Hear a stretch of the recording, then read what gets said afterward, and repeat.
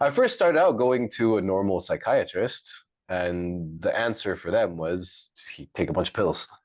Here's some SSRIs, here's some antidepressants, and here's some sleeping medications. And come back in a couple weeks, and we can talk about it and give you more pills. And that was going on for a little bit, and I kind of didn't want to go in that direction because I already had substance abuse problems. It was just like swapping out an addiction for a new addiction, one dealer for another dealer, right? So the problem with the new age practices is they give people these kind of meditations and exercises and experiences, but without the framework to handle it. So it causes lunacy.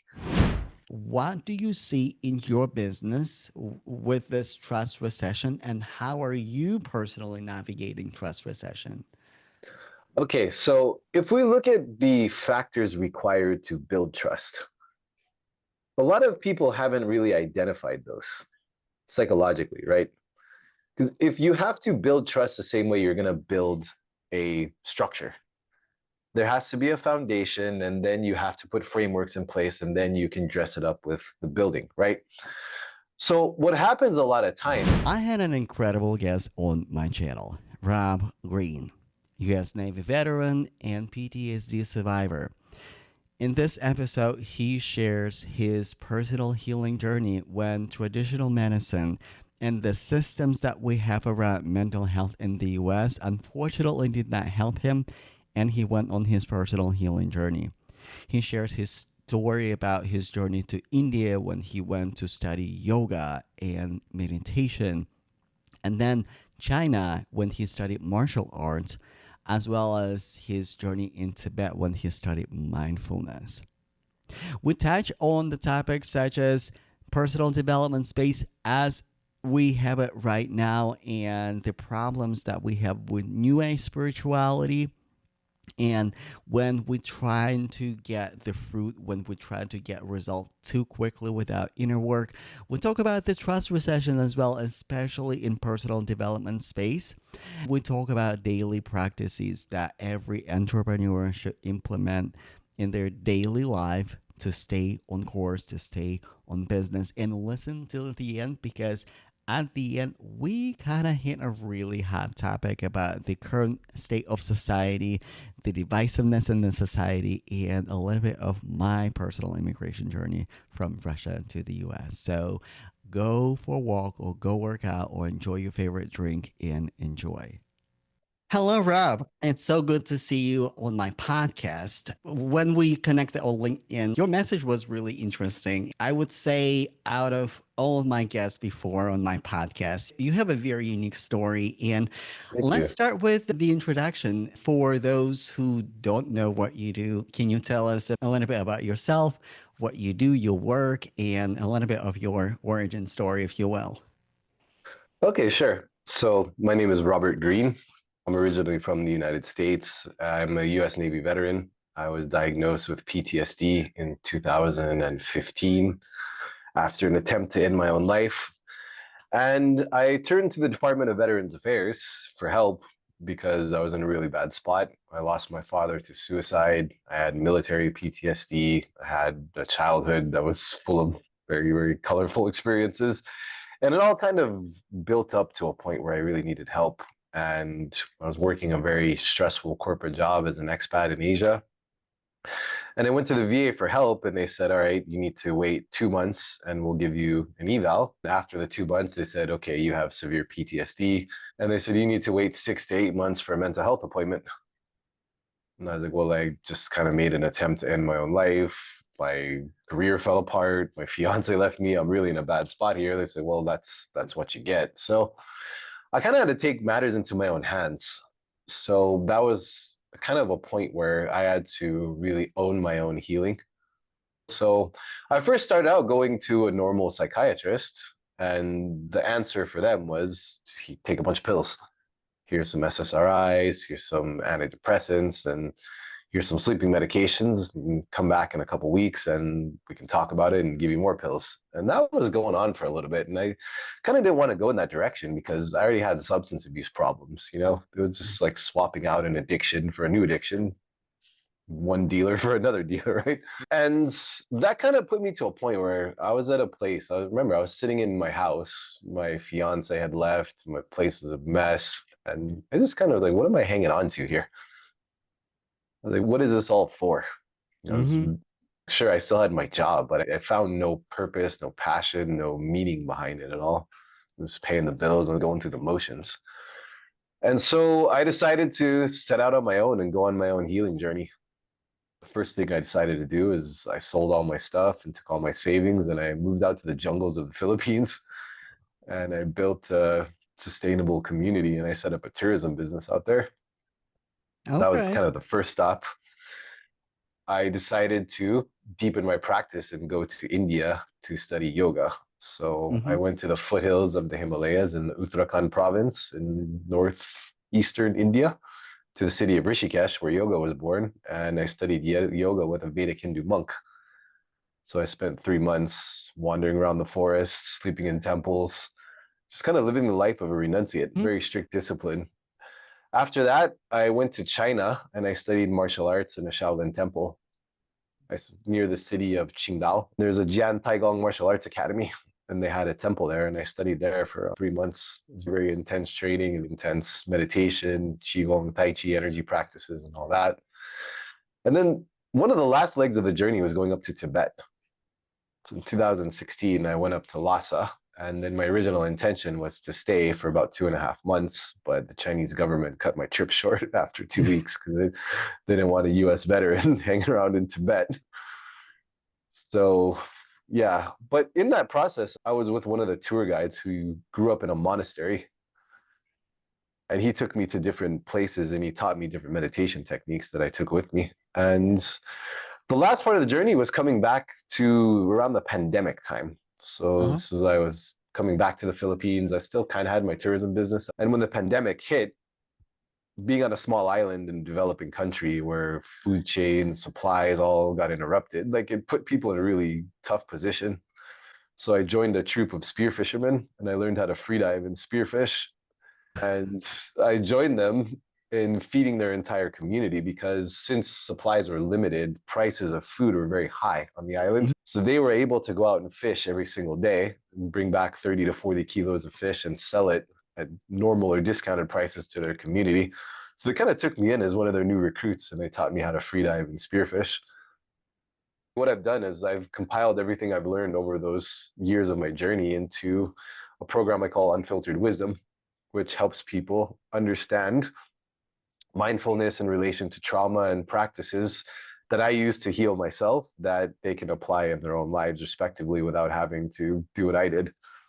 But that's kind You, of it in a nutshell. you have a really incredible story. So you are a veteran Mm, with PTSD, diagnosed with PTSD, healing from PTSD, when traditional around. And that resonates with me so much because I am a former clinical psychologist. And mm, from my perspective, I can definitely relate to the fact that getting mental health in traditional system is often not just accessible, right? Like especially people in crises, like who like experiencing this acute mental health crisis when they have to wait for more than a month, right? Like for evaluation, and then how we perceive mental health, like that definitely doesn't sit well with me because I believe there's so much more than just medication or even mm, in traditional talk therapy, right? Like we often cling to trauma or past in certain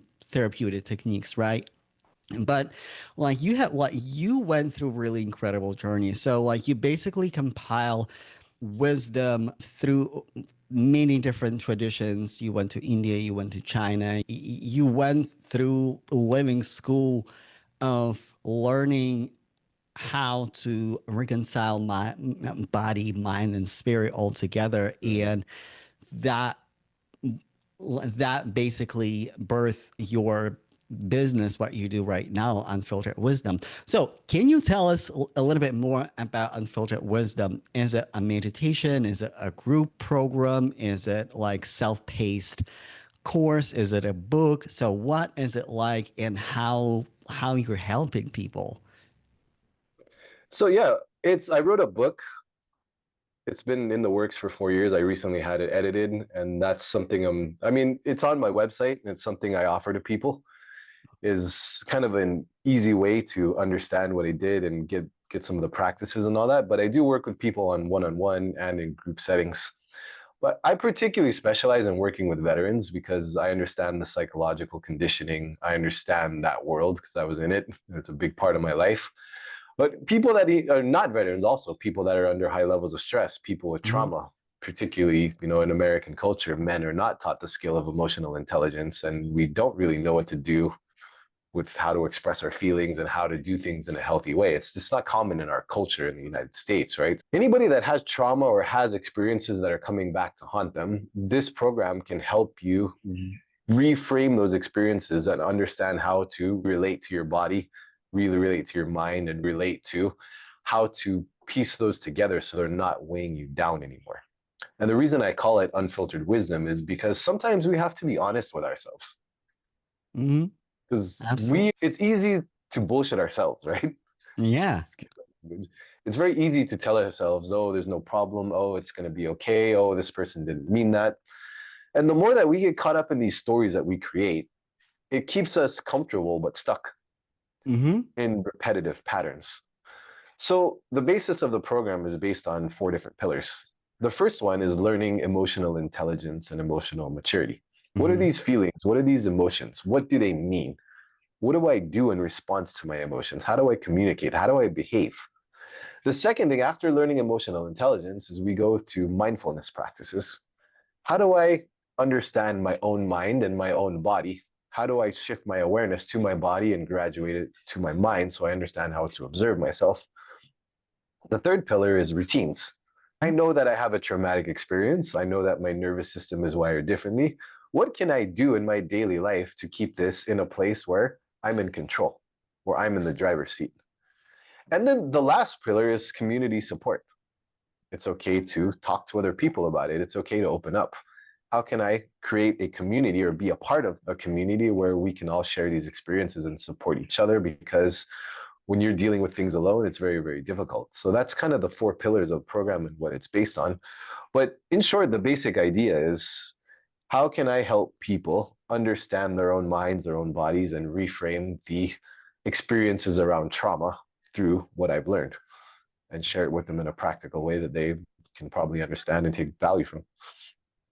Yeah, I like those pillars. And I'm super curious with your experience, right? Like with your experience when you served and through your spiritual experiences. And then when you started your business, what was your journey? Because I primarily work with service based entrepreneurs, experts, coaches, therapists, strategists, like you name it. And I would say entrepreneurship can also be very stressful. One pillar that helps me and helps my client, and this is something that I was bringing into my work throughout the years, and it's like literally combining evidence-based psychology and spirituality. In psychology, there's a branch of spiritual psychology when they combine both Mm-hmm. together. In official circles, sometimes it faces criticism because science often is a little bit behind spirituality. We don't always can prove all the things that we're experiencing, but studies are being done on the topic. So I'm curious how your spiritual journey, how your experience helps you to navigate your business, helps you to navigate your nervous system because business ebbs and flows, and you have to be able to regulate your nervous system, regulate your emotions, regulate your mind because sometimes we might make a decision out of emotions or stress or trauma response or like you said somebody who lives with PTSD. How do you differentiate, is it something that I'm making decision based of data or based of my emotions? What your entrepreneurial journey has been? So basically, entrepreneurship, I find almost equally stressful being in the military because in a different way, like it's in the same subdivision, but on a different street. Because in the military, your basics are covered. Like, I'm gonna always have a place to sleep. I'll always have food. My bills will be paid. Like, I know what to do, but I have to deal with this kind of stress. In entrepreneurship, you're kind of like the lone hunter out in the woods with a rifle, and you're the founder of a village. Like, you got to go out in the market by yourself, prove your worth, get people on board with you, create your community, create your tribe, create your business, and hopefully your village can grow into a city, right? Right. So in entrepreneurship, your emotions will really drive your motivation. They really drive your decision making process, your thought processes, and your consistency. Because what I've noticed in entrepreneurship is that success requires you to take repetitive, boring actions on a daily basis consistently over time. And it sounds easy to do, but if you have emotional trauma in the background that you're not addressing, those things kind of manifest themselves in Mm-hmm. a lot of different ways, and a lot of people aren't even aware. So it's definitely going to show up in your business. Like, one thing I was dealing with a long time is, I'd really dial into my practices, and I'd do these manifestation things and all that, and things would start going with my business, and then I'd focus on that, then my practices would fall off, then I'd go back into a cycle again. Right. So a lot of the times in entrepreneurship, it's really about how you're regulating your emotions, your mind, and staying consistent by keeping yourself in one place mentally while the world is falling apart around you and you have to put out fires and fend for yourself and deal with people and all that. So one of the most important skills in entrepreneurship is recentering yourself, recentering your focus, recentering your actions to be in alignment with your vision. It sounds simple, but it's not easy. Like Right. climbing a mountain, walk up this path for 20 kilometers in high elevation. It's simple. It's not easy, right? Right. So that's kind of the main thing with entrepreneurship. So I would say that the short answer is you'd have to be able to regulate your nervous system, your emotions, and stay consistent in a frame of mind that will get you to take the actions you need to take to get the outcomes you want. And if you're not doing that on a regular basis and dealing with stress, then you're going to go back to default settings. So you might start abusing substances or womanizing or distracting yourself with doom scrolling or overeating or whatever we do, right? We all have our default setting to cope with stress, and that definitely doesn't help. And I can attest to both sides, right? We often say, well, or assume that entrepreneurs go through spirals or tough mental challenges when business is tough. But I also see the other way around when business is flowing. And when people receive more than they can handle, then you can see the sense of invincibility or substance abuse or you name it, right? Like a Right. really self destructive behavior. And when you're running a business, it's so essential to, like you said, to keep yourself grounded and centered because you gotta be calm and collected no matter if things are going really well, because when things are going really well, like then you fall into this false sense of like, oh, like I Yeah, can do I made it. anything. Yeah. Right. Or when things are not going well and you start questioning it, everything, like, does it even matter? And I would say on both sides, people start thinking either people get bored with their business because, again, business, a lot of the time, if we look at the trenches, like everyday actions, right? This is like, No. okay, I need to do lead generation, I need to do client delivery, I need to do upsells, downsells, a consistent delivery. I need to do whatever collaborations. I need to do social media stuff. And you put those into frameworks. But when you repeat yourself over and over and over again, you get bored. When people get bored, people start pivoting because like, oh, I receive a new divine download that I need to do something else, and then Yeah. it falls apart. You can do whatever you desire, right? And it's okay to have multiple offers, multiple businesses, like whatever you can handle. But again, if you're not centered on everyday basis, either your success or your failure will take you out eventually. Even in my practice, when I work with clients and my clients would get tremendous success, then all of a sudden, like they might go left, like, oh, I need to start doing X, Y, and Z. I need to create a new tech startup. And there's nothing wrong with creating big things. I'm cheering for them. But I always ask my clients, are you starting something new because you are ready for expansion, or because you are bored with your business because everything is so good that you miss that adrenaline, because entrepreneurship is a lot of adrenaline, right? Like when you're Yeah. failing and failing and failing and finally you get through, and then Oh it man. Yeah. works and like, okay, now I need to do something different because I miss the adrenaline because everything is normal. So I really, really like what you said about like centering yourself. Mm. And do you do you follow a daily practice or maybe weekly practice that you do for yourself to keep yourself grounded? And if you do, what it is? Yeah, so I have a lot of practices. Normally in the morning, I start out my day. I do my yoga routine, the asana, the poses to stretch. I do my breathing practices. And then I do a bit of meditation where I center myself in my intention for the day. What kind of energy do I need to be in for today? Mm-hmm. And then multiple times a day, I might have to step away from the screen and recenter myself again because everything is competing for attention all the time from every Yes. angle. So it's so easy to get scatterbrained. And then I do a lot of physical exercise. So I work out almost every single day. I train in martial arts or fighting, or I'll go hiking in the mountains, or I'll go to the ocean and I go free diving.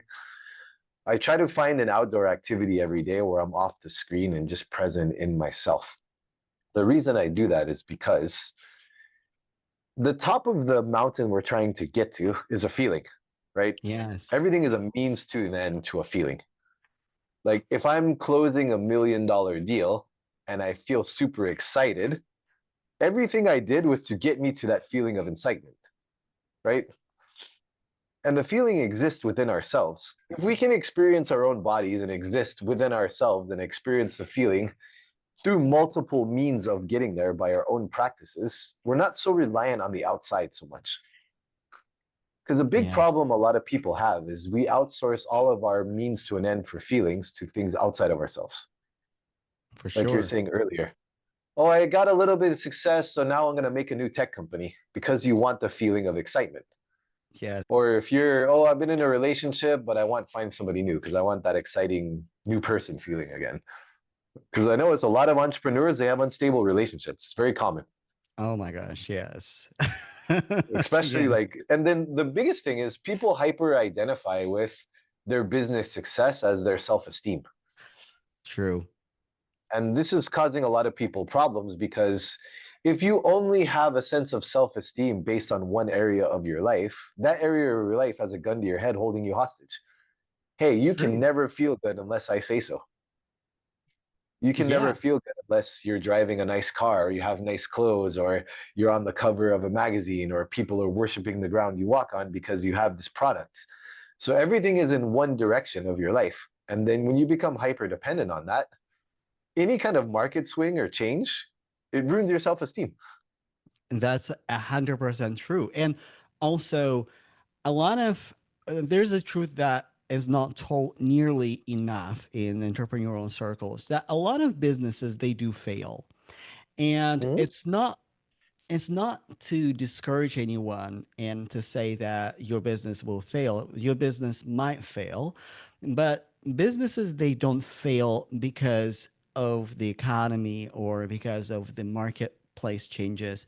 Businesses fail because the owner, the entrepreneur, loses hope eventually, because if we put our self-worth into a business, and if that business is failing for some reason, because that's totally normal to start multiple businesses throughout your life or pivot multiple times to different offers, different businesses, different business model, different audiences, test different things. And at the end of the day, it really doesn't matter if you succeed or not. If you have the center in yourself and the self worth that your effort is enough and that you are enough. And when you act and move with that energy, then it's the other way around. You're not chasing the top of the mountain because you are the top of the mountain, and Mhm. everything climbs to you, your business opportunities, clients, sales, deals, whatever you name it. And like, this is why we see a lot of Like, or I know a lot of entrepreneurs who are not very big on social media. They're not like Tony Robbins or Mel Robbins or big names, but they are making really solid businesses, and they just like they create ecosystem, and they somehow, because they change the locus of self-worth into themselves, this is how they are able to attract opportunities and Mhm. ideas and downloads and change their awareness. So another thing that I want to talk about, and kind of we kind of started talking about in the DMs, and I'm so glad that you brought up my recent video on my channel about spiritual psychosis and Mm. new age spirituality. Yeah. I have a little bit complicated relationship with new age spirituality as it is, because on the one hand, I embrace things like manifestation, right? For the sake of the conversation, we're going to call it manifestation, or the law of attraction. Well, which is like, I really call it the law of creation. You don't attract, you create, you receive, the law of reception, rather. So, Yeah. what are your thoughts? What are you seeing in new spirituality world? Because I agree with you, there is a lot of bullshit, quite honestly, over there, but there's good and bad, right? And it's really hard to discern what is good information and good practices, and you can absolutely practice it safely and it will work. And that's something that worked for me. But also, you see, like, oh, by my manifestation course, you're not manifesting because, like, by my whatever course, I like, Yeah. Yeah. well, like, I didn't have to buy any. Like, what do you mean I'm manifesting wrong? I'm like, you can like, you receiving all the time. You're getting the reflection of your of your energy. It's like no course can change that unless you change that. But I'm Yeah. curious, what do you think, and what do you see, and what are your thoughts?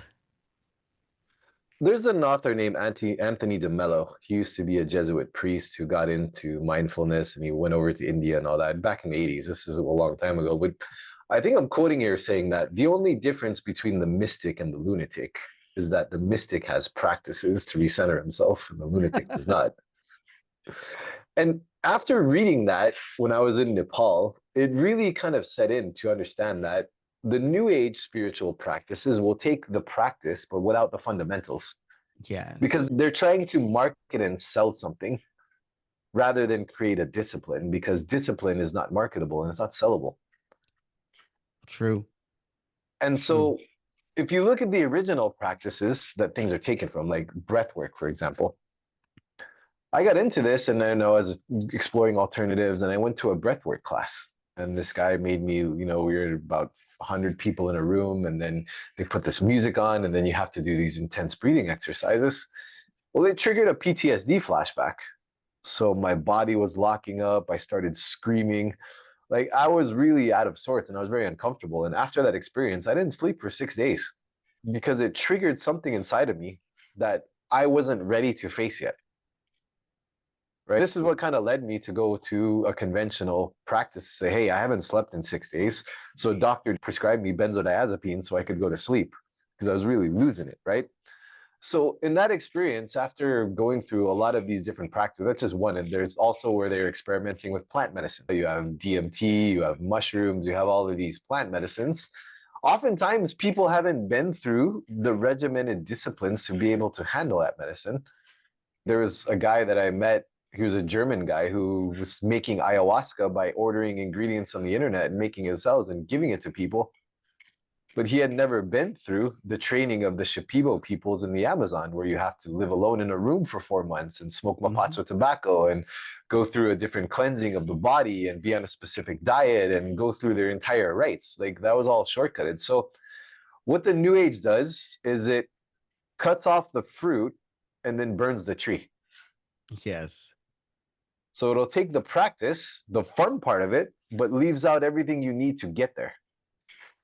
And you see this happening in the world of yoga because I've been practicing martial arts since I was 9 years old. Now I'm hmm, 42, so it's been a very long time. In order to be a teacher, you must first be a student for a very long time.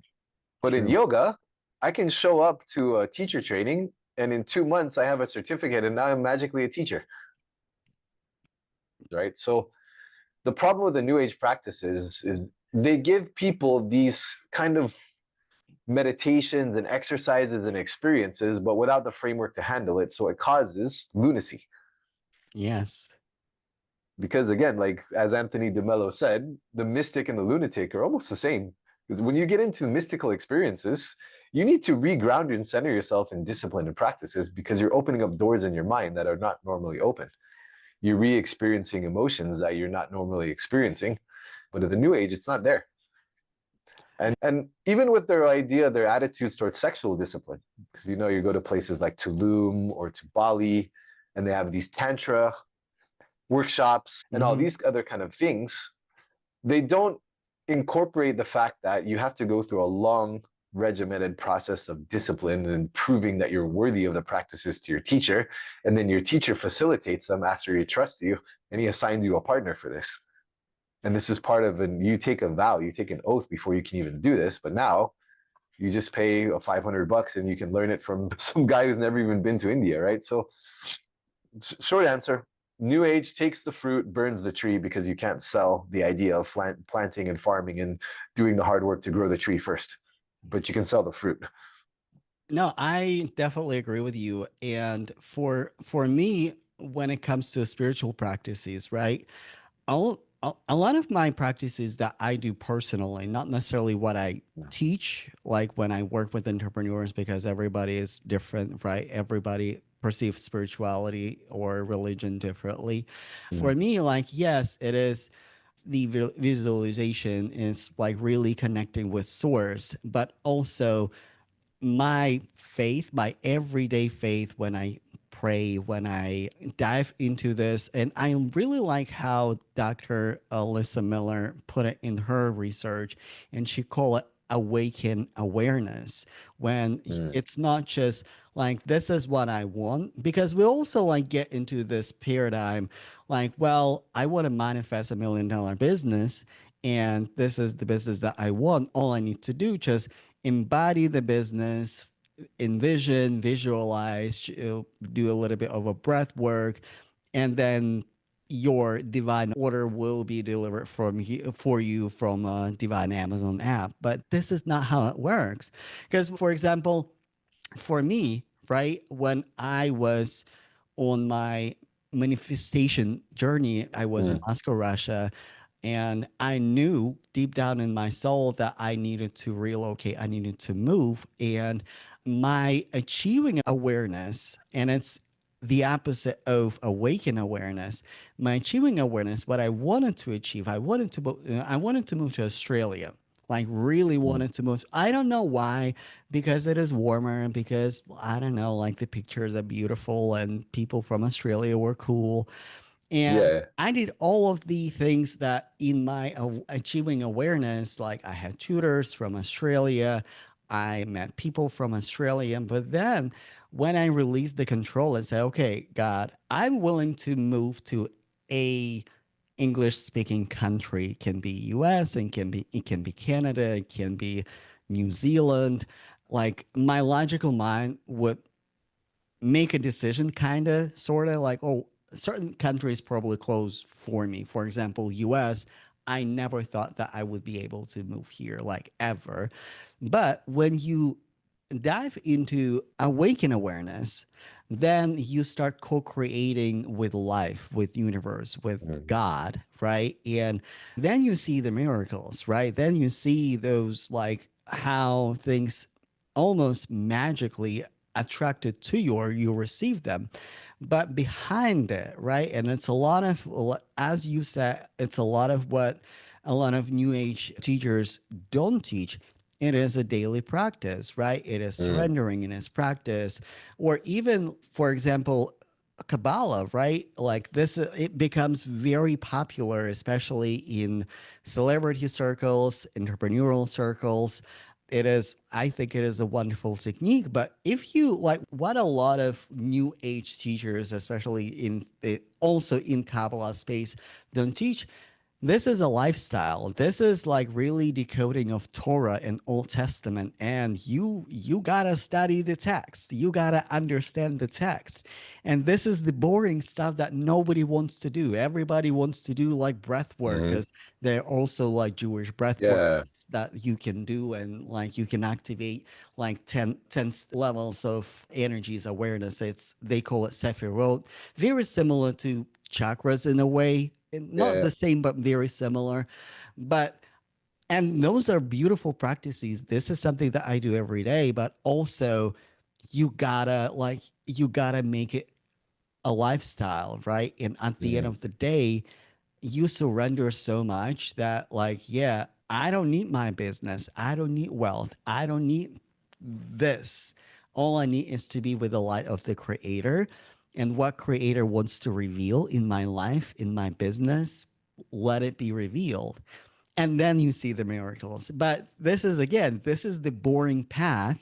It's not exciting, and it's a lot of inner work that a lot of teachers on the internet like they don't show. And then we have spiritual psychosis when people see everything is a sign, everything like it's like yeah, they kind of take awakened awareness out of context. Are like, oh, everything is speaking to me. Like I'm about to yeah. get rich, I'm about to be wealthy, I'm about to get this abundance. And then people get into this like clinically delusional state because again, new age spirituality, like they don't teach how to regulate yourself out of like really dark spaces, how to process your deep emotions, how to process your traumatic experiences. And a lot of those coaches, they don't have classical clinical training because like for example, if I work with somebody and I see they're going somewhere, we're going to immediately stop what we're doing and we're going to address that. Trauma and entrepreneurship, they go hand in hand. And Yeah. when I see the traumatic response in my clients, I'm like, okay, we need to pay that, like we need to pay attention to that. Either I refer them to a therapist that I can trust or that they connected with, or we go safely there. Like if it is like again with a legal practice that I can do within my Mm, coaching practice, like I obviously can't recommend medications. Then we go, we do the work, and then we'll proceed further. So like that's absolutely wonderful. I absolutely agree with that. mm, We kind of started talking about manifestation, right?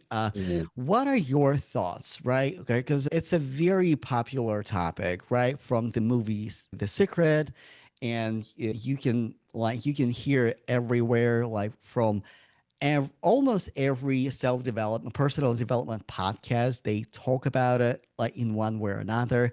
So like, I kind of share my perspective that manifesting the life that you want is rather co-creating your life with the creator, with life, with the universe. So how do you see that, and like what do you see in your practice and in your life personally? So there's an old guy I used to talk to. He's probably 80 years old now. And he said, a broken clock can be right at least 3 times a day. Right. Because if they didn't, why would people listen to them, right? So they got something dialed in. But again, the framework of manifestation is really around aware, it's awareness and intention, right? So where people get really messed up is they think that they can just believe something and they deserve it. Belief is the framework for action. Action dictates what you deserve. Mm-hmm. Like if I'm a farmer, right? If I'm not living in the digital world's entrepreneurship and we're dial the clock back like 500 years, if I'm a farmer, I can't just sit there and visualize my crops growing and visualize my storehouse full of corn and grain, right? Like I can visualize it, but then I got to do something to actually make it happen. Like I got to go out and clear the land and fertilize it and plant and tend to the crops. So the idea for me, manifestation is simply putting yourself in a frame of mind where you can act in accordance to your desires and refocus your actions towards what you want. Because a lot of times people believe that simply having the belief system that you deserve something entitles you to it. Mm-hmm. And even you see it a lot of times, even in modern dating, where people inflate their sense of worth on what they deserve in a partner. Like if you're 47, you have 3 kids, you're divorced, and you're overweight, but you believe you deserve a millionaire husband. I mean, sure, in some realm of possibility, it might happen. But in reality, if you're not taking actions towards self improvement to be in the vibrational frequency through your actions, through your habits, and how you shape yourself, you're not going to attract the thing that you think you want. So I guess the short answer is manifestation techniques are great only to put you in a frame of mind and vibration where you can take the actions you need to take to bring that reality into your life. If you don't Hmm. take the actions on a ruthless, consistent, everyday basis, then it's just fooling yourself. Like you're Yes. hungry for a meal. You're hungry for a meal, but you don't have one. So here's a lollipop that makes you feel better, gives you a little bit of a sugar rush, and you forget the fact that you're starving. And then it wears off, and then you got to do it again. But a lot of the times, like again, in the new age kind of world, the idea of doing actual work that's uncomfortable, that's boring, that's not fun, that requires you to do things you don't really want to do, but you have to do. This is not a popular idea and it's not sellable and marketable. Like if I said, hey, I have an online course that's going to require you to do the same boring thing every single day of your life, to go back into the dark places of yourself and feel super uncomfortable about them, and probably trigger old experiences that you never want to think about again. And it's only $10,000. Would you buy it? The answer is going to be no. It's Well, going to be a unless you're giant. very self aware, then, like, yeah, this is exactly what I need. There's a group of coaches I was working with here in Bali that have a breathwork practice that they claim is better than pranayama. Pranayama has a yogic history of 7,000 years, That right? part. But all of a sudden, you did something better than an entire culture that's devoted their entire life to doing this. Like you're better all of a sudden, and you can heal people's trauma by laying them down and making them hyperventilate while listening to fancy music. But that's Yeah. better than going to a person that went to school for this for 8 years and trained and does this for a living. Yours is better, right? So it's the whole marketing aspect around the idea. Again, you're going to pick the fruit, burn the tree, and ignore the farmer.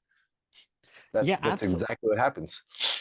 Yeah, and like also when I tell my story, right? Like how I miraculously moved to another country and rebuilt my life from ground zero, but also prior to that, there were hours, countless hours, like studying the language, the Yeah, culture, joining local faith group. yeah, Like you are so successful. It is like truly miracle. Like I really want to manifest the same thing.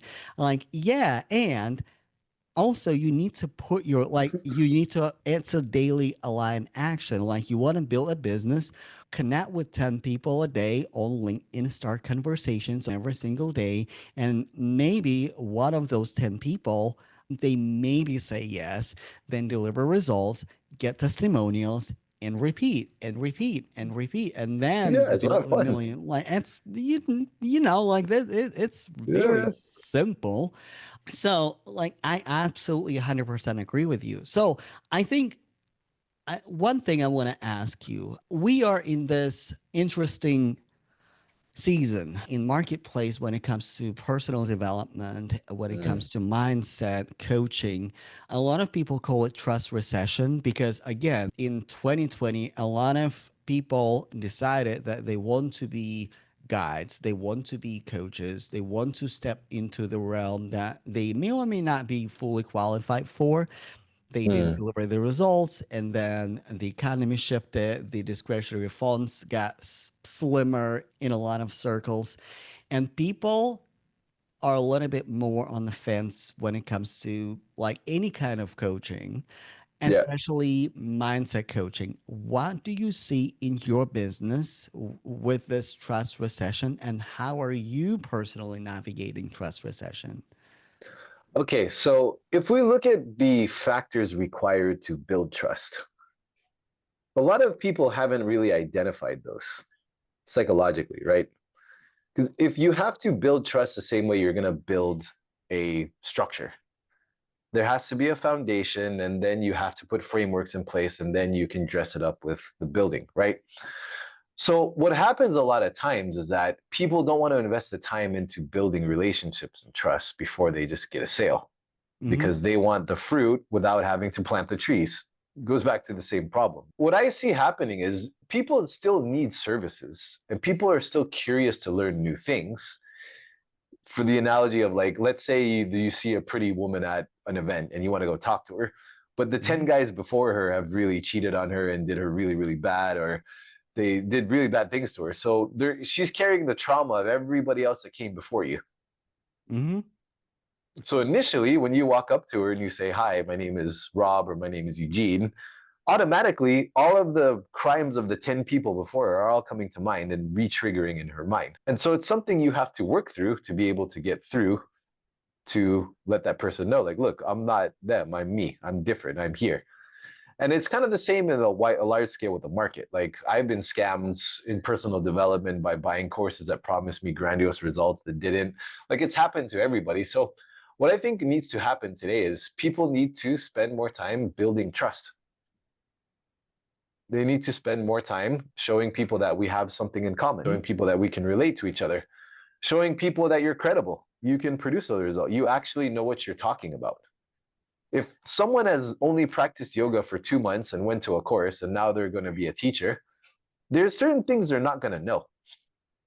And if I know this and I want to take a course in yoga and I know that you only studied for 2 months, why am I going to trust you?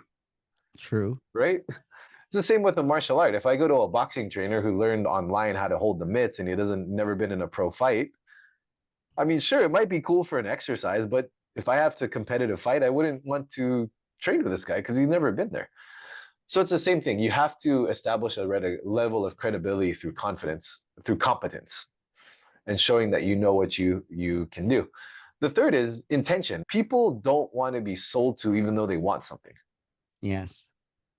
And you look at like psychology of like pitch fatigue, I guess, for Mm-hmm. lack of a Yeah, better word. absolutely. Mm-hmm.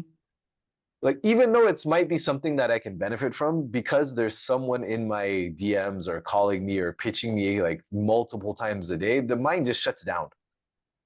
True.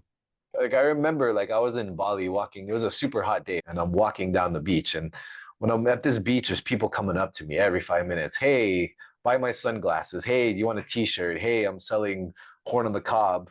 And by the time the 10th person came up to me, they had a bottle of cold water and I just said no. But I'm visibly hot and sweaty. And I was like, wait a minute, I want that. So True. even if they want something, the fatigue from the pitch fatigue, it shuts people off. So a different approach is required nowadays to really get to work with people. You have to build a level of trust. You have to invest a lot of time into creating content. You have to show that you're credible at what you're doing. I think that the most important thing is you have to have an authentic, unique journey that shows that you actually did something yourself. Yeah. Because a lot of people jump on the bandwagon of wanting to be a guide because it sounds cool. Like, it Yep. sounds great. I remember I had a friend, his wife was married to a billionaire. She comes from a well-to-do family, been spoiled and pampered her whole life, and the hardest thing she ever had to do was choose which villa she wants to live in. But all of a sudden, she wanted to be a life coach. If you haven't overcome significant struggles in your own life and everything's been handed to you on a silver platter, then it's just an ego gratification thing. True. Like you're not Yes. really wanting to serve. You want to look cool holding the position of a guide, but not actually having the experiences to back it up, right? So that's kind of the definitely important thing. You have to be credible and authentic and actually have been through something where you've had to do something very difficult and amazing that you can share with people. And then the last thing is you have to invest a lot of time into building relationships. It's not enough anymore to just say, "Hey, buy my program, here it is. It's only 4.99." It's like, well, I might have the 4.99, but how do I know this isn't a wad of crap, right? How do I know this is actually real? Because people are well informed these days, so they're gonna check if they're remotely interested. They're gonna try to disqualify you first. Yes, that is true. Yes. I do the same thing, like even subconsciously, like, okay, Yeah. uh, with like really solid entrepreneurs. I'm like, okay, why is she selling low ticket? Like she used to sell like 30K per piece with her high level mastermind, and all of a sudden it's $67. Like, what's wrong with that? Mm. Yeah. It goes back to the psychology of broken trust, right? Because trust puts you in a position of vulnerability. It's like if I made a glass figurine that I spent years and I handed it to you, I don't want you to drop it. And so vulnerability, if I have my heart, my trust, and I give it to you, I don't want you to shatter it. So I want to be very careful who I hand it to, Yes, right? So absolutely. this is a buyer perspective nowadays. So I think it's at the end of the day, what's real will shine through and what's bullshit will fade. No, like that's absolutely 100%. Because one example of building trust that I see with my clients, I have a client that I'm super proud of. He literally could show up at the conference, speak at the conference, pitch or not, and he will walk away with consulting clients or coaching clients, whatever people need. And he was actually very, very, very successful during like when the trust recession started. I like, okay, wait a minute, what do you actually do? But the behind the scenes was that that guy for probably 10 if not 15 years was mentoring, teaching the community that knows him for free, Mm, absolutely free. And I'm not saying that you should like deliver your services for free for 15 years, but the thing is that when he start showing up online, start showing up on stages, and like he's not by any means like influencer online. He posts content, but it's not influencer level. And mm, simple content, but people from his community, because they've known him for so many years, they just like, oh yeah, like I will buy that stuff, right? yeah. I will hire him because they know. And this is what a lot of and the shift that I am recommending in my clients, like, hey, stop qualifying people right immediately. I mean, yeah, pay attention to the signals, because there will be people who are most aware and they're like, oh, like I actually follow you on your YouTube channel or whatever. Like I'm ready to have more solid conversation. But it's relationship marketing and it's identity marketing, right? Like Mm, connect with them on that identity level and build a relationship, because until economy expands, and even when it expands, right, this quick sale that we've seen from 2020 online, specifically from 2020 to 2023, like we're not gonna see that and like at least in a very close foreseeable future, unless people have a mm, like more discretionary funds and economy expanded, like people have a lot of opportunities. There's an energy and feeling of hope and opportunity, and people, then there's another psychological process triggers fear of missing out. Like, so why people were mm. buying in 2021, 2022, even 2023, people were afraid that they are going to miss out on opportunities, because everybody is a coach, everybody has a business, everybody is a consultant, everybody makes six figures like within first month. And those were credible stories. But until we get to that point in economy, like relationship marketing and identity marketing, and like the good news, it might be a little bit tougher like in the meantime, but when you build trust and you see expansion and even slight expansion, people remember you. And people like, Mm. it's if I were to compare, let's say I want to buy a Lexus or I want to buy Tesla, and I know it's a higher ticket item that I may not be comfortable right now to buy. But when, Mm. let's say, like, okay, like I have expansion in my business, I got promotion, like whatever it is, like I know that Lexus that I want to buy. I want that Tesla that I want to buy. I want to like I'm just gonna go ahead and buy it. That buying decision built throughout time, because like there's Yeah. so many coaches. Rob, I'm telling you, when I started, I was talking to quite a few guys on the internet, on Instagram, and they were just starting out as business coaches, and they were providing one-on-one, and we really had really good connection. But like I couldn't trust them quite well. But now, after 3, 4 years, I'm like, okay, I know they've been in business for 3, 4 years. Even if they don't have tremendous results, at least they know how to run business, because they've been in business for a certain amount of time. And when I look for them, I can find them. They're not there anymore.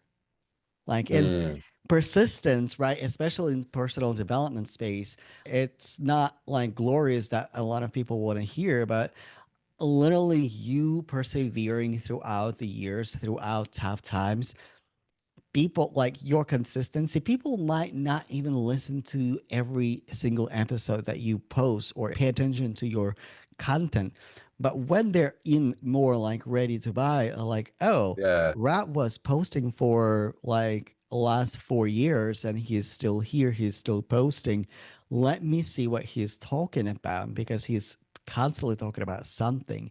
And I think this is the secret to really prosperous business moving forward. Not quick cash, not like cash injection, but really sustainable business that will sustain throughout economic cycles. Well, the thing too is like if you look at the personal development space, the only thing that people are really buying into is novelty, if you really True. think about it. Because it's kind of the equation of peak adverse value. Something is new, and then the market gets flooded with it. And all of a sudden, the thing that was new, now it's normal and it's everywhere. And so there's no more appeal to it like there was before. But people still want the thing. It's just now they want a different, better version of the thing. That's not True. the thing that they're seeing everywhere, right? So if you look at the personal developing, coaching, and mentoring space, if you don't have a unique story that is novel and impressive, where it impresses people enough to really want to adopt a part of you, then it's going to be difficult to sell because you have to stand out versus all of the thousands and thousands of other people that are doing the same thing. And if you dial into a niche of very specific people that's an underserved market, then you can definitely capitalize on that. People want to get coached by somebody that they respect, that they admire, and they want to be like. And if you don't have a story that's enough to do that, then it's going to be very difficult for people to want to adopt your traits and take on part of you. Because you see it all the time in like life coaching. Let's say there's like a 25-year-old influencer that Mm-hmm. has beautiful bikini pictures that flashes around and say, okay, I'm a life coach. You can be like me. Okay, but outside of your physical appeal, what's the substance behind it? Yes. And if people lack substance, they have to lean into a gimmick. Because, like, let's say if we look at a person like Sadhguru, right? Everyone knows who Sadhguru is. Mm. Very wise, he's very articulate, very educated, he's very in tune with his practices. He doesn't need to sing and dance and show flesh on the internet because he has substance. But a lot of the times, the people that lack that substance, that lack that journey, that lack the character, that lack the diversity, they lean into gimmicks. And the gimmicks are great at getting attention. And then they build on the gimmick to monetize the attention because they build this false character around an image, which happens a lot. And that was working great from like 2020 and probably until like 2024 ish. Yeah. But it gets to a point now where there's so much information. And if you make one misstep, the entire internet exposes you and they nail you to a cross and stab you with a spear, figuratively Yeah. speaking. Yeah. Yeah. I see that in business. Well, I think every niche has those coaches, especially on Instagram, right? Like, why are you taking your shirt off? Like, you're selling consultative sales. I'm not going to sell to my client half naked. Like, unless you're selling fitness coaching. And I want to be like you, because I literally had a conversation with one of the sales coaches, and we were going back and forth for years, and he just sent me a like idea like, hey bro, like, how are you doing, how's your business going? I said, I'm doing okay, but I'm really curious about calisthenics, because you were doing calisthenics, like those like b-rolls, like how to Yeah, yeah, yeah. sell like $90,000. I'm like, your calisthenics is so great, like if you sell me that, I will probably buy." And like, Yeah, wait a minute, like, no, like seriously, I wanna be like you. I wanna do calisthenics at your level. I mean, I yeah, know how to do sales, and like what you say, your sales technique not necessarily triggers by your calisthenics techniques. Like, I would like to know more. yeah. So, Rob, thank you so much for your time. And one thing I do occasionally on my podcast, I sometimes flip the table and Okay. ask my guests to ask me a question that they would like to ask. It can be anything. So, what would you like to ask me as we're closing out? Okay. You said you're originally from Russia, right? True. Yes. And you live in the United States. Yes. What had to happen for you to be able to go from living in Russia, especially the time like now, because I don't know when you moved to the States, that wasn't said here, but what had to happen from you to go from living in Russia and now thriving and living in America? Because again, it's people see the fruit, Yes. but they don't see the guy in the out there in the yard digging up the stumps, putting the fertilizer in the ground, watering the trees every day. They don't see that. So it kind of started with my faith because I Mm, am Baptist and Pentecostal. Generally speaking, I do have very unique perception or approach to faith, and it's not necessarily fits into Baptism Pentecostal theology 100%. But in Russia, you can't really be openly anything than Russian Orthodox Christian or Muslim or Buddhist mm. because those religions are like in Russia, like it's vast. Big Like country. so I have relatives who live in Tatarstan, and some of my family members they're Muslims, and some of my like majority of my family members are Russian Orthodox. But if you're anything else than traditional like old religions, like then it's considered cult, and then Mm, you experience certain level of religious persecution. And mm. it's not religious persecution in American sense when people hold you accountable or disagree with you publicly or just say like no you can't say that on my platform. It's like legit like Yeah, like real persecution. Like, employment. Like I was kicked out of high school because I invited my friend to my church, and with that, like it was not a like conversion mm, anything. It was just like, hey, do you want to like I know you're Muslim. Do you want to go to church with me in the morning because like you're having a sleepover? If not, it's cool. And like he agreed, and then like the school knew and I was expelled. And this is not yeah, something that normally happens. And we went back and forth with the family and said, hey, I have Muslim relatives in Tatarstan and I respect and I understand. This is not what like his it's his decision. It was his yeah, decision, not me talking him out of Muslim faith into my faith. Also, as a freelancer, like I know sign language, Russian sign language, and American mm, sign language. A lot of the time, my clients would ask me, "What about you? Like, I know that you're interpreting at Baptist church. Is it your job or is it your faith?" And a lot of the time, when I say, "Hey, this is my ministry. This is not a job," I would lose a client. mm. Also, as a person who is a part of LGBTQAI community in Russia, the laws become a little bit more hate centric, right? And Mm. even in big cities like St. Petersburg, Moscow, those big metropolitan cities, it's normally okay in comparison to rural Russia. So Yeah. all of that combined kind of trigger this reaction. I need to move. It was more so like I don't belong here, mostly Mm, because of my faith. And I started browsing websites of Canada, New Zealand, Australia. Then my friends started talking about Australia, and I started taking a firm intuitive action to learn English, join faith communities, and like learning what does life actually be like when I move. So when I visited the US, and it was literally just like that. I visited my friend who I met at church in Moscow, and I was like, you know what? I'm here. Let's just see. Let me talk to a lawyer and see if there is an opportunity there. And I spoke with probably over the phone, I spoke with 50 lawyers, and everybody said, like, you know what, not a chance. Like, your stories, like, how, like, you say that you're a Baptist, like, Pentecostal Baptist and you're gay doesn't add up. One lawyer said, like, well, it's your story. He was very experienced immigration lawyer in Chicago. And he said, like, well, I think you have a decent chance.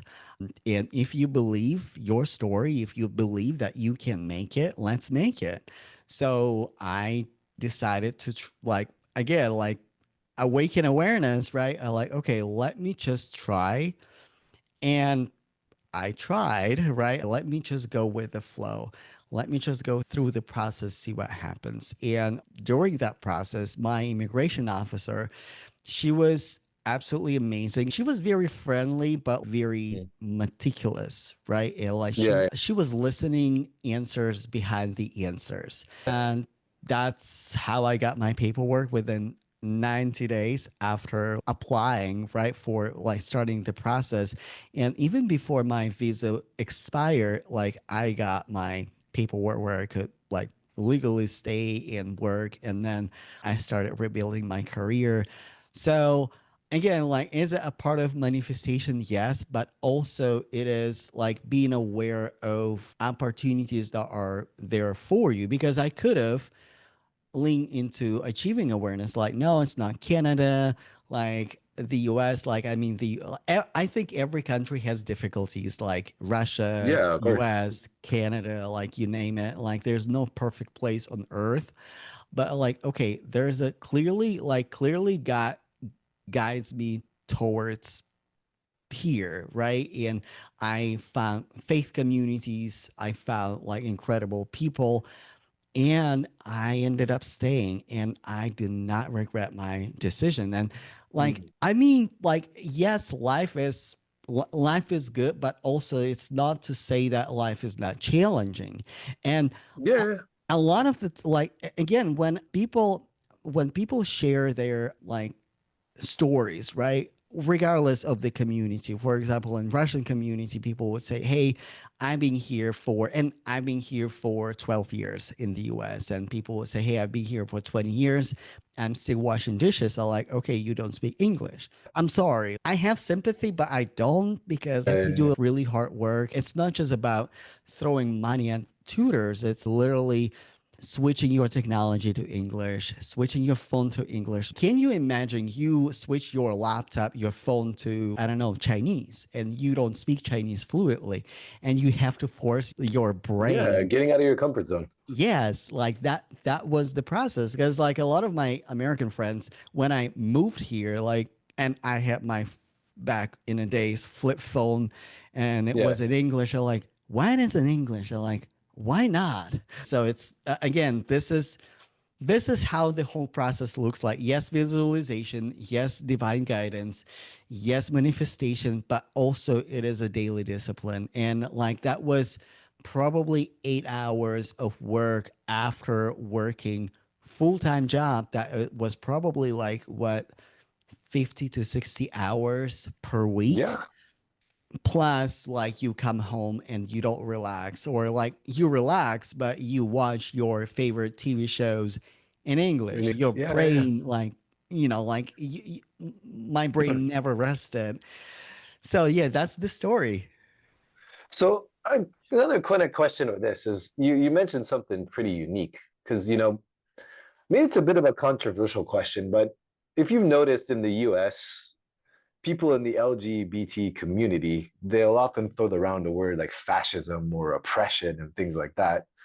But you've come from Russia where that's actually real. Like it's not just like I'm gonna say bad stuff about you that hurts your feelings. Like they're gonna beat you up or put you in jail or they're gonna do things that actually affect your life on a very deep personal level. So how do you feel about that? People in the US have a very spoiled brat mentality when it comes to oppression because they haven't really experienced it in the same way as another country.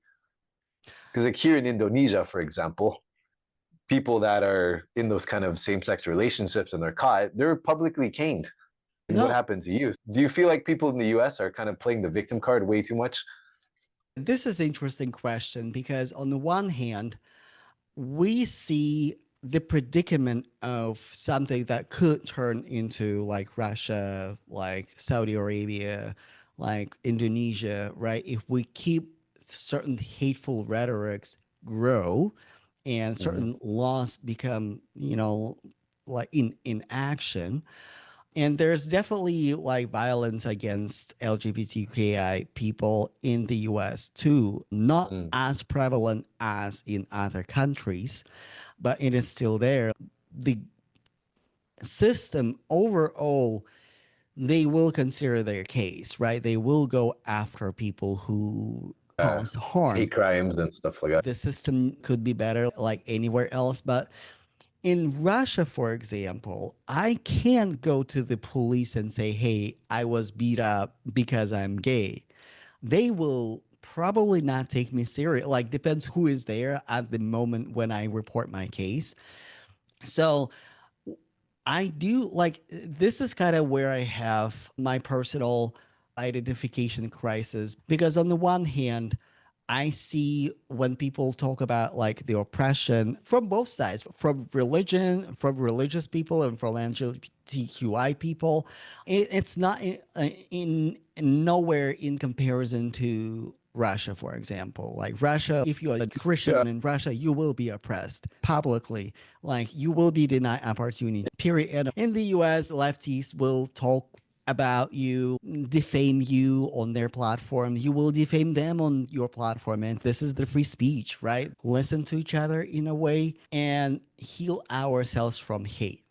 Because anything that comes from hate, right? Whether it is like more conservative beliefs or more liberal beliefs, it will produce hate in one form or Mm. another. So this is kind of where I stand. I think it is important to continue like this work, the public work, like the education and fighting for your rights, because if you just give up and say, you know what, it's not that bad and as in other countries, then it will become that bad as in other countries. So like those voices are essential. But also when I talk to individuals and say like I am most hated person like in this country is against me, my life is literally every day in danger, and they live in Seattle. I mean, if you live in rural Kentucky, maybe. Maybe. Like, if you live in red state and let's say like you are a person of color and they have really like they have problem with racism, yes, those things do happen. But you live in the most liberal city in America and you feel persecuted. I mean, you feel the pressure from the rhetorics. Yeah, like that's important to admit, but to say that you're physically persecuted in Seattle, and this is where left will hate me for that. Like, no, Eugene, like you're sympathizing with the oppressor, and I'm not. It's just like it's really important to be self-aware, like because also you like in a way, it becomes a self-fulfilling prophecy, right?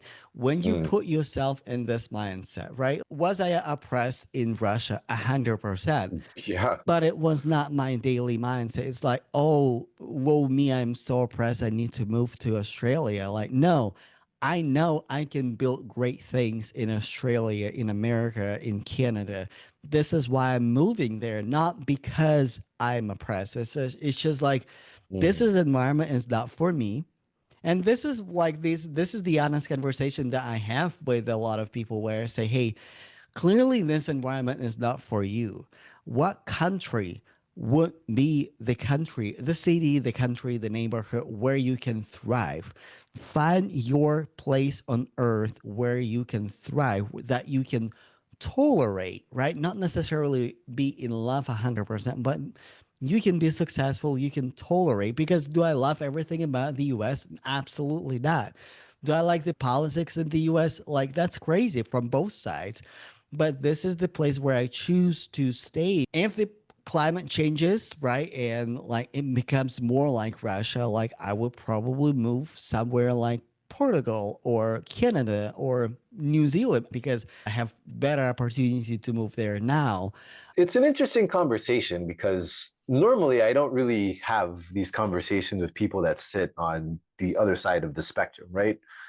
Because right now you see a huge division. It's Mm-hmm. either you're on the left or you're on the right, and there's nowhere in between. Yeah. And that kind of mentality is very unhealthy because there's a broad spectrum of ideas that exist between here and here. Yeah, and it's almost like you can be the voice of reason because like if you disagree with my opinion, then you're the enemy, right?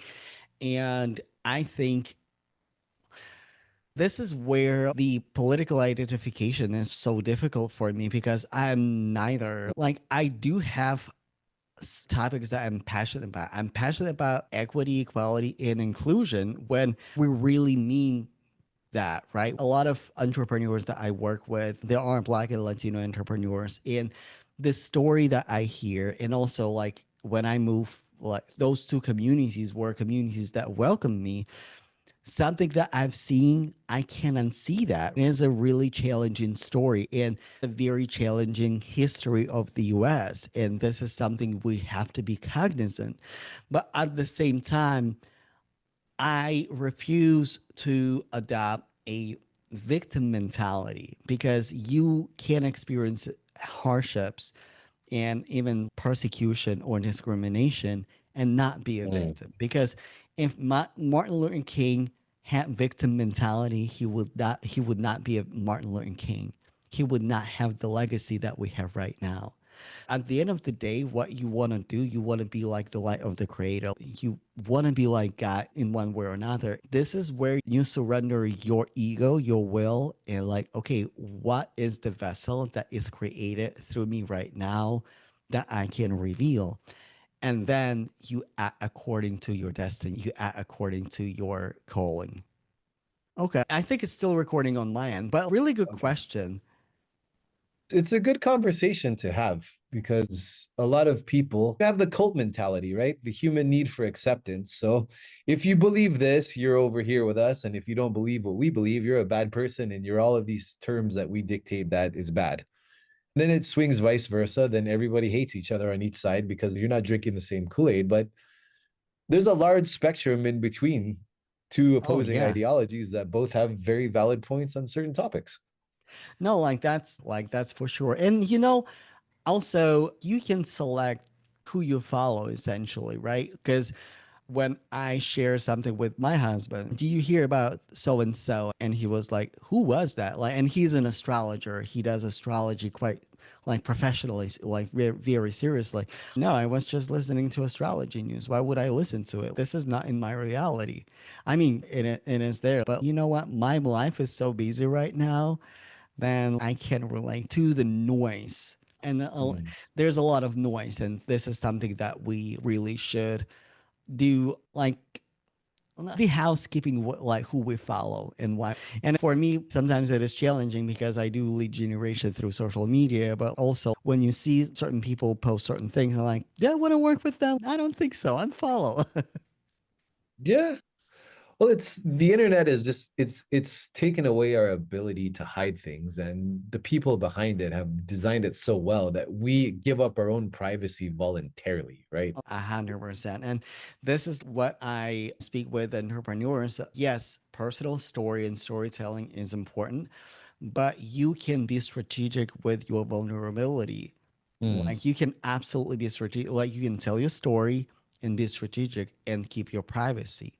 So, Yeah.